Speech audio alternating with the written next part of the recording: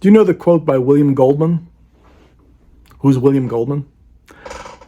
No reason you really should know. You probably know William Goldman's work without knowing William Goldman. William Goldman was a Hollywood screenwriter, 60s, 70s, 80s, 90s. I mean, long career, won Academy Awards. The sort of guy who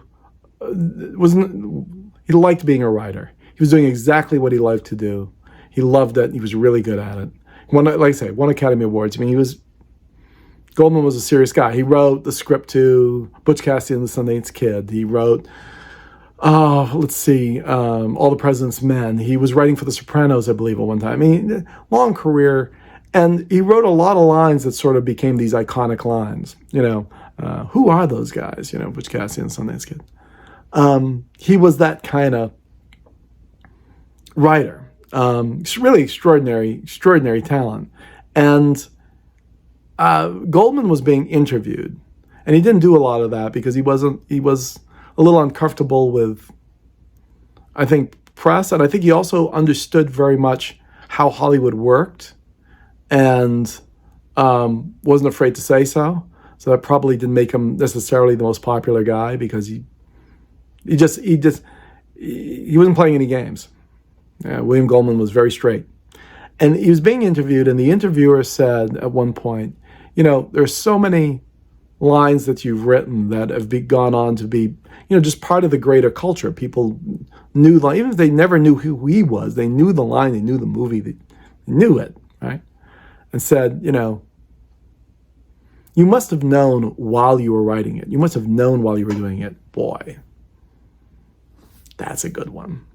I really came up with a good one there. Oh, they're going to love that one. Boy, premiere night, I'm going to keep an eye out and watch how people ooh and ah over that one. That one's going to. And, did you know? When you wrote it, did you know? And Goldman said, nobody knows anything. And then he continued to expound on that thesis. It was like, there's a whole industry in Hollywood designed to know what you like, designed to know what you dig. That's their whole job, because that whole industry is designed to figure out what you like and then serve it up to you, and so that you can consume it.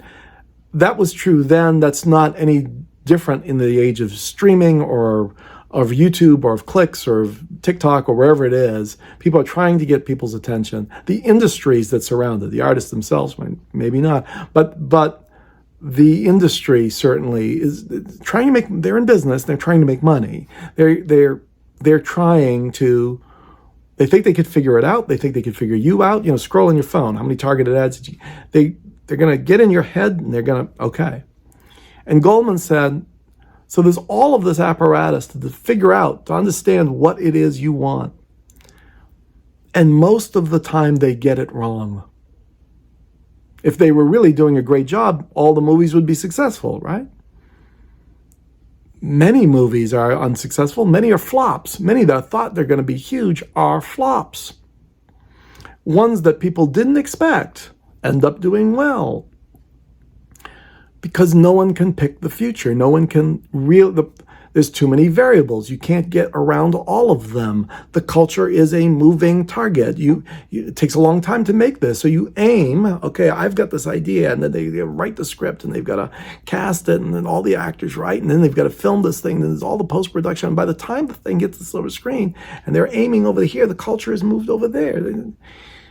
You can easily miss. Then you never know, even if you think you got it right and the culture hasn't moved and you're right on the target you want to be, you never know how things are going to land and what things are going to bounce and angle off in ways that you don't know, because you can't know.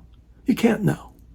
You don't know the future, right? So it was a great answer. And I think it's helpful for creative people.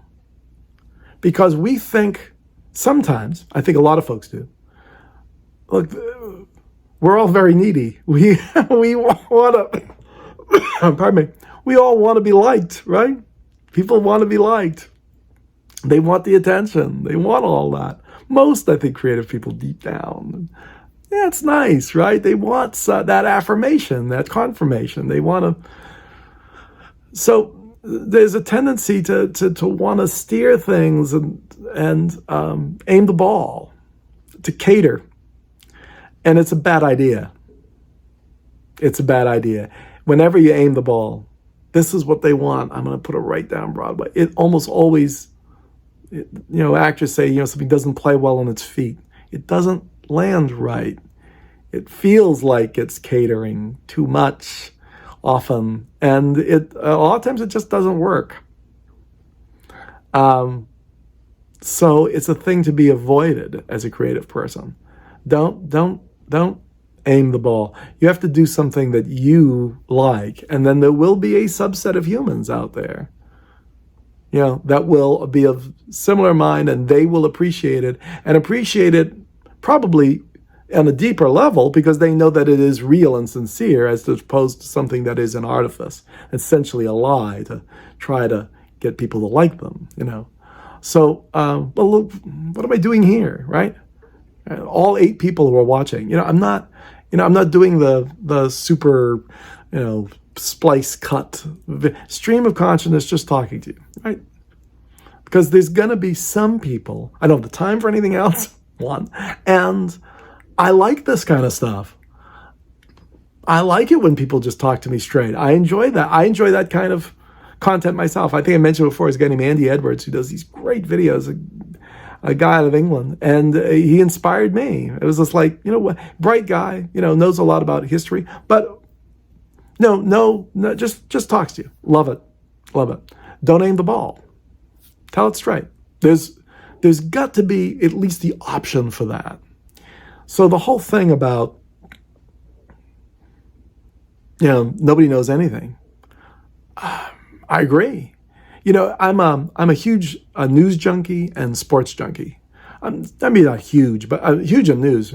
Less of a sports junkie than I used to be. But one of the things I love about the coverage of pro sports is the need to say, this is what's going to happen next.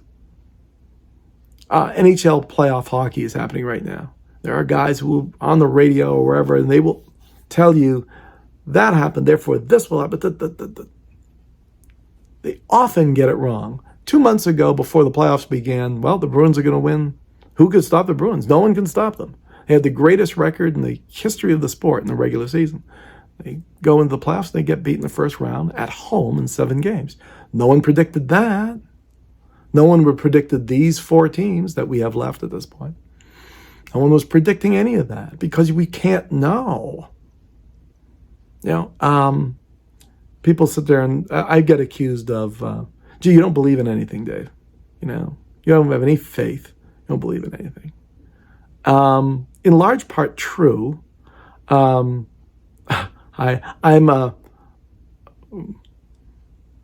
a pretty serious atheist.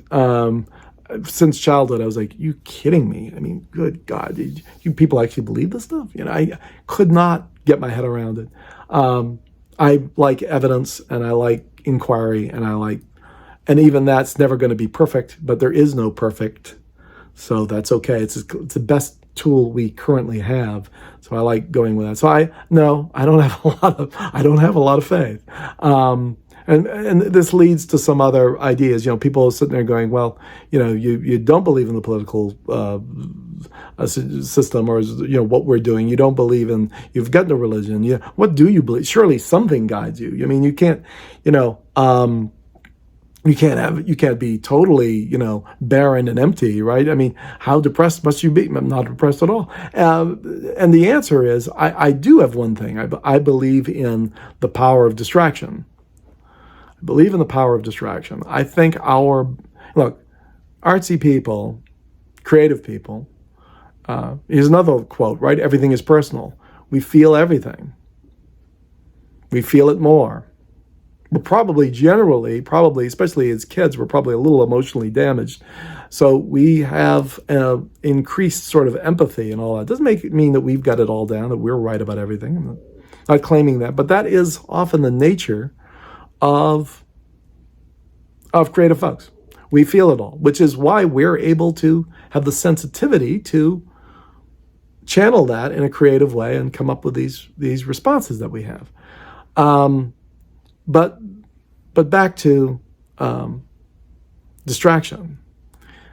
I think that a lot of our best moments as human beings are when we are when our perspective is altered in a sort of oblique way. We get a little dreamy when we daydream. That a lot of our best ideas happen then. And that one of the purposes of art is to get you to shift your gaze, to put you in that other place. I like it musically. I like it with instrumental music because instrumental music, because of the absence of words, because it isn't literal,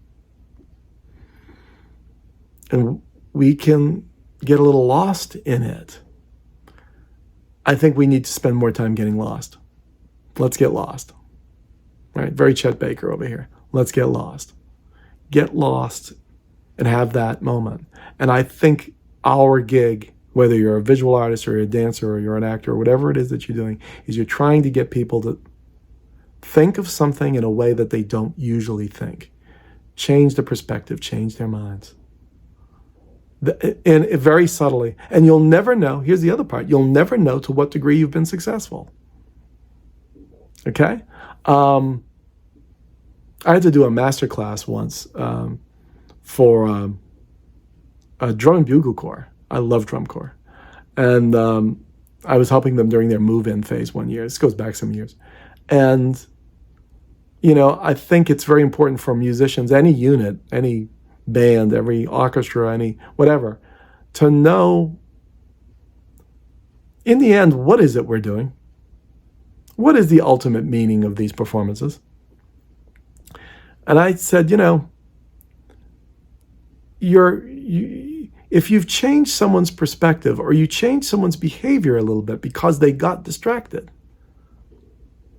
you've done your job. Let's say, I'll give you one. I remember this was the story I told, was that, a guy comes home every night and opens the door to his apartment and his dog is sleeping by the door, and he opens the door, he can't get the door open, and then he kicks the dog, "Get out of here, cur," The dog scuffles away. And he's in a bad mood because he's been working all day. And that this happens every day. This is it. That's his, right? But then one night, on a flyer or whatever, for some reason, he ends up seeing, in this case, this group perform. And it's wonderful. And it's really good. And it makes him think about different things. Right? And he comes home that night after having his mind sort of, his perspective shifted. And he opens the door and, he sees the dog and, "Hi, buddy. Hey, how you doing?" And he pets the dog and so forth. And my point to the kids was, if you save one dog an ass whooping, you've done your job. You change something. Something that wouldn't have otherwise happened now happens. It's a silly example, of course. Everyone laughs and, okay, whatever. But that's the gig. That's the purpose of whether you go see a plexiglass cube in, a museum somewhere, or whatever it is that if it shifts your thinking, people will give me, I see a lot of videos of just people playing unbelievable things on an instrument. Incredible. Kind of musical masturbation, it's not changing anyone's perspective. It's not doing anything artistic. It's just, look, I got chops. Okay, great. I'm so happy for you. But there's more to life. And that's kind of I think it's the purpose of this. So let me throw one other idea at you guys. Since we're talking about, everything is personal. Distraction. Nobody knows anything. These are all things I think to keep in mind. But let's talk about the environment in here or in any media. there are lots of talking heads out there, a lot of people chatting and saying things. And there's a lot of bad stuff going on in media and in mainstream media. And it gets to a point where people can have a very hard time trusting. And I don't disagree with them. They should. There are bad actors out there. And there's a lot of people trying to sell you stuff. And some of them are bad actors. But here's the thing. I also think there are people, we're so jaded, and I think there are people making good faith arguments. But we've gotten to a point where our argument for everything is, well, unless it's done perfectly, unless something is done absolutely perfectly, unless you are a perfect person, I should not listen to anything that you have to say. If you are not perfect, then, right? Which can't be right. It can't be right that people have to be absolutely, that can't be our standard. There isn't any of us out here, whether anybody doing any kind of video production, they haven't got regrets, they haven't done something wrong, they haven't made, I'm sure, will say something that's contradictory at some point. Everyone's, I think, on some level, slightly compromised in some way. Everyone's been compromised by something, right? There's no perfect people out there who never make a compromise. So everyone's got some of that. And I think we need to be, if with the proviso, if people are making good faith arguments, and you think they're generally on the level, I think you got to cut them a little bit of that slack. I think it requires a great deal of discernment on our part to be able to tell what we think, a really good baloney detector, to tell what is on the level and what is not on the level, and what is it you're going to listen to and what is it you're not, and what advice you're going to take. And I think those are some flags that's a flag we need to plant, like early on. I make no, I never want to turn into the guy like, he's the old guy, get off my lawn, shouting at the clouds, tilting at windmills. No. Everyone has, it's easy to fall into, it's an easy trap to fall into as you get older, no doubt about it. But I don't claim for a second, like my generation got it right, and it's those young people who don't have, I want more young people running everything, period, because it's their world more than it's my world. I want them in charge. But I don't claim like my generation got it right. I'm not a boomer, I'm the guy, I'm X, I'm the next guys. We didn't get it right. In the main, we did not get it right. If you hear pounding, by the way, I have a kitty cat upstairs. She wants to come downstairs. She's going to have to wait. But we didn't get it right. We didn't get it right. We were a part of the slippery slope that led to everything going lousy. We weren't responsible enough. So I'm not making some generational argument, not for 5 seconds. The other thing is I'm not going anywhere. People are living longer and longer. I'm watching my mom, who's still with us, and her elder brother and some uncles, and they're all living into their 90s. And they're going to be like, and I've decided, when they were born in the 1930s, no one thought that they were going to live to be, this age. Nobody did. Now they it's a breeze, and they're doing. Guess what? I'm going for 100, and if I feel good, I want more tubes. I want some card slots. I want it all. I'm going for 200. By then, maybe I can download my brain into some automaton, and you can have guys be stuck with me forever. But I'm not going anywhere, so I'm not buying into this argument that, well, I'm certainly going to try not to fall into do the ageist thing where I turn into that guy. I think I'm hopefully more self-aware than that and won't do that. But again, no one's going to be perfect, and I ain't either. Gee, Dave, what you said was insensitive to, okay. I'm sure I will slip up and do all sorts of things that I am not supposed to do. Okay, great. That doesn't, but that doesn't turn you into, Beelzebub. It doesn't, no, I've got a pitchfork. No, you don't turn into that just because, you're going to get something wrong, because we're going to get some things wrong. It's part of it. So, my thought for creative folks is keep in mind, Nobody knows anything. Don't.